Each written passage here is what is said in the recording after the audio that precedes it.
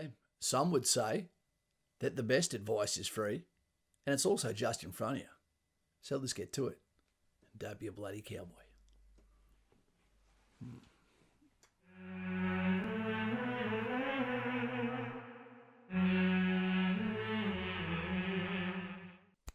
Hey, true blue, don't say you're gone.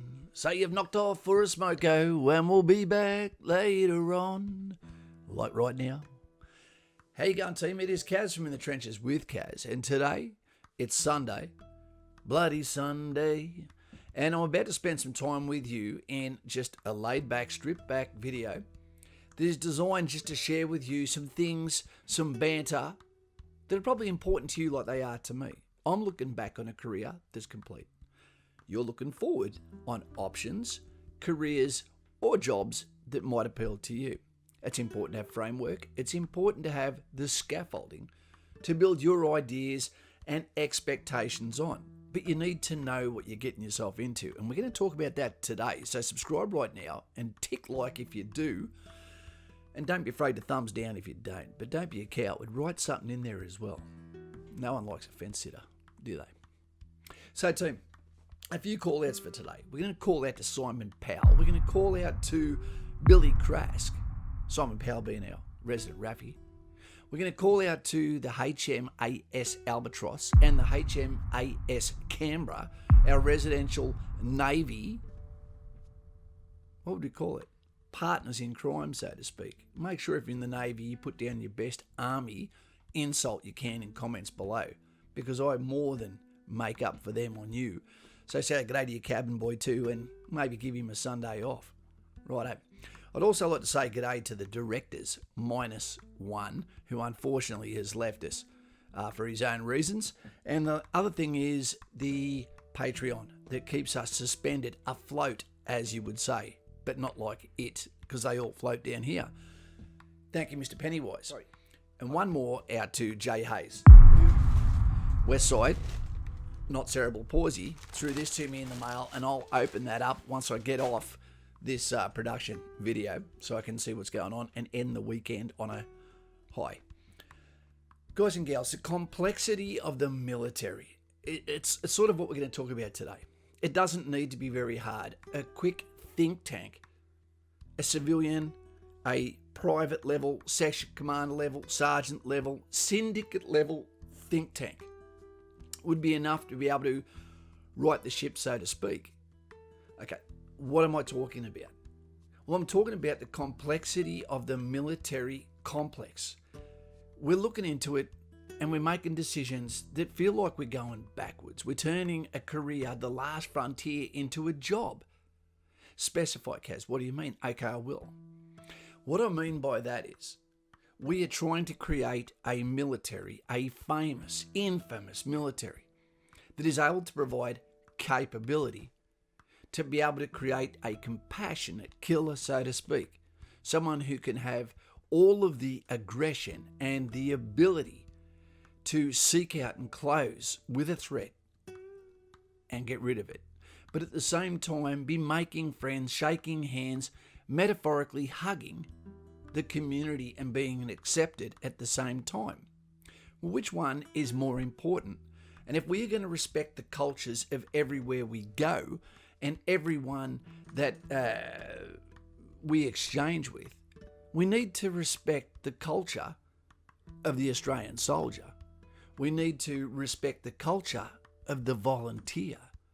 And we need to stop sending or creating a Frankenstein version, a political social justice warrior cult of what is there to appease people. We're not there to appease, we are there to get the job done, and we always do it with less.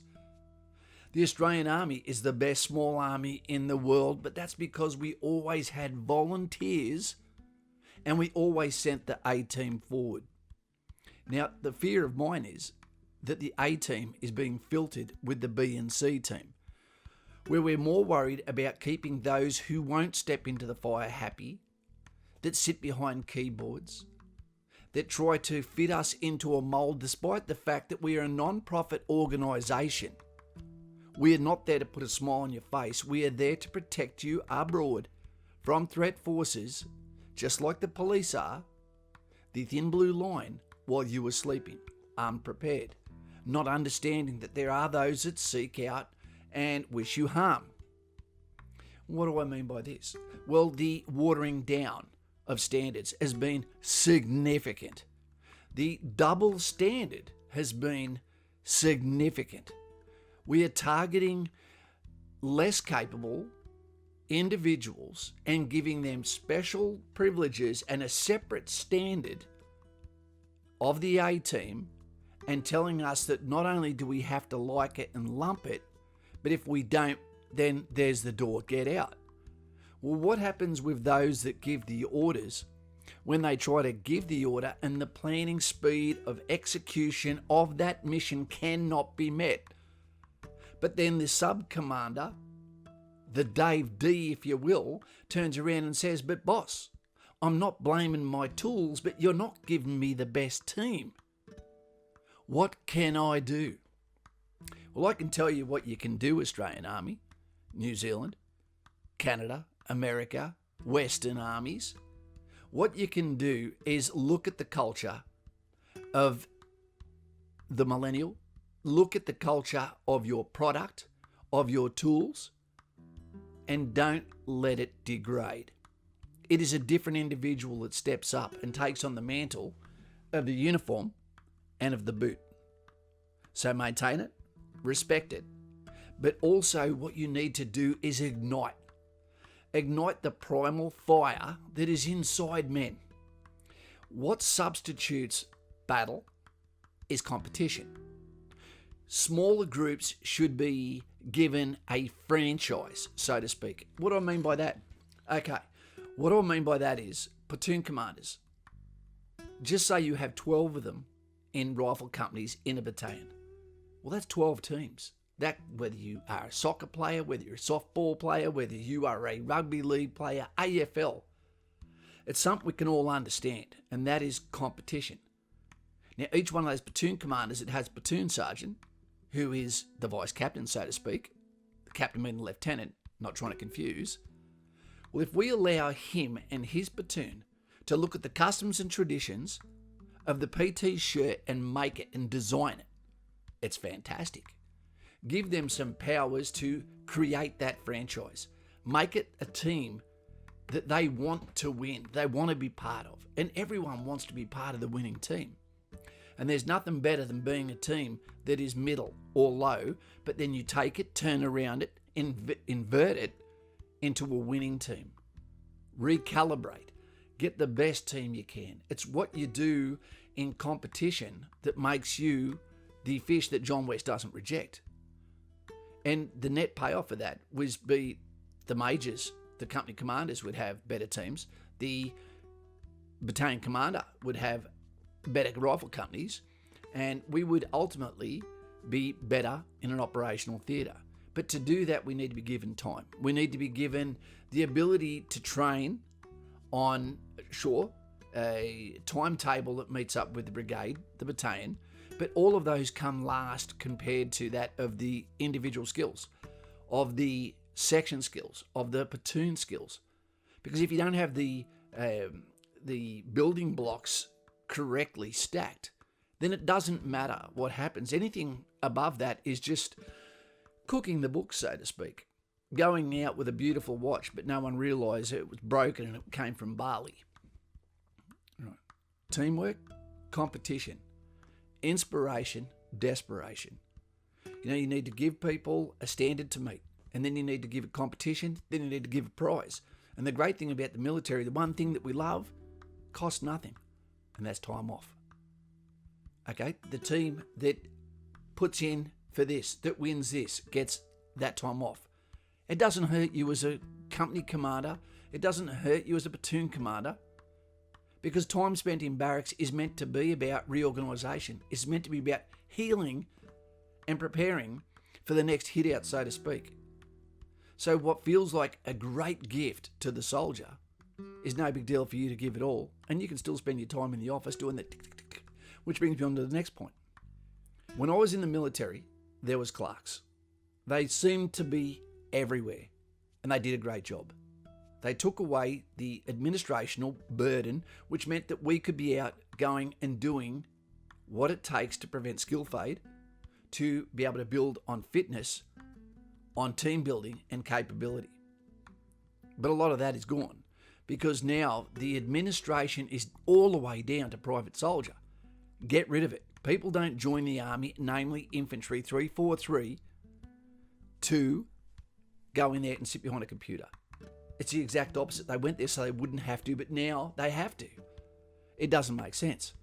So if you were in the army right now and you were, for example, the chief of the Defence Force, General Angus Campbell, then I would suggest that you look into making the place somewhere where people want to be so that it saves money, which means your team stays on longer, which means morale is higher, which means capability stays up and continues to rise.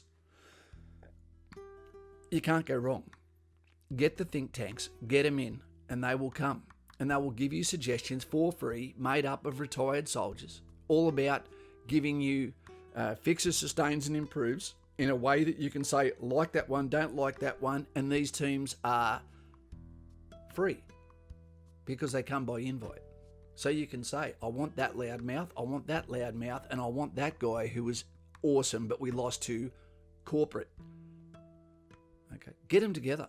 Get all the good ideas. Ask the privates, what do you want? Maybe they don't know, but I can tell you what they don't want. What they don't want is to be part of a B team. What they don't want is unnecessary paperwork. And what they don't want is someone stamping all over the customs and traditions of the Anzacs, and someone is bringing social justice warrior shit into their world. It doesn't matter what their PT shirt looks like, as long as it doesn't have swear words on it, etc. Nothing racist on it, nothing sexist on it, that's fine. But the shirt is worn under the uniform. And if it gives them pride, make them earn it. Otherwise, they've got to wear some drab bloody version of that. Maybe a plain t-shirt like you wore at Kapuka and Singo. But it makes sense. If I was the chief of the army, I would ask for these think tanks to be created. I think it's a bloody great idea. And I'm willing to come to you right now if you need it, sir. Right now. Team, what do you think about that? If you're a parent, you want to know that your kid, and you might only have one, if he steps forward, or she, to go to the best small army in the world, that to their left and to their right are the best people, the best team members, and they also want to be there. That just makes sense. It's not hard. Don't overthink it. You get paid a lot. Let us do the wargaming, and then you do the decision. You can't go wrong. All right. That's all from me at the moment. Put in comments below what you think. Would you rather be part of that winning franchise? Let's turn it around while we can. Let's make it a place you want to be. It saves the army money by having high morale, which means people stay in longer. Get those clerks in there. They want to do paperwork, make them earn it. Pay them less, fine. But they don't get wet, they don't go bush, they don't get injured, but they know their place. And they ask for it. They've got a job. Let us have a career. Take it easy, team. That's just some quick thoughts from Kaz. What do you think? Let me know in comments below. And let me know if you're from a foreign army and what you think about that. All the best to Ed B. Jr. too, who just left school. Take it easy, team. Representing you. Hey, true blue, don't say you're gone.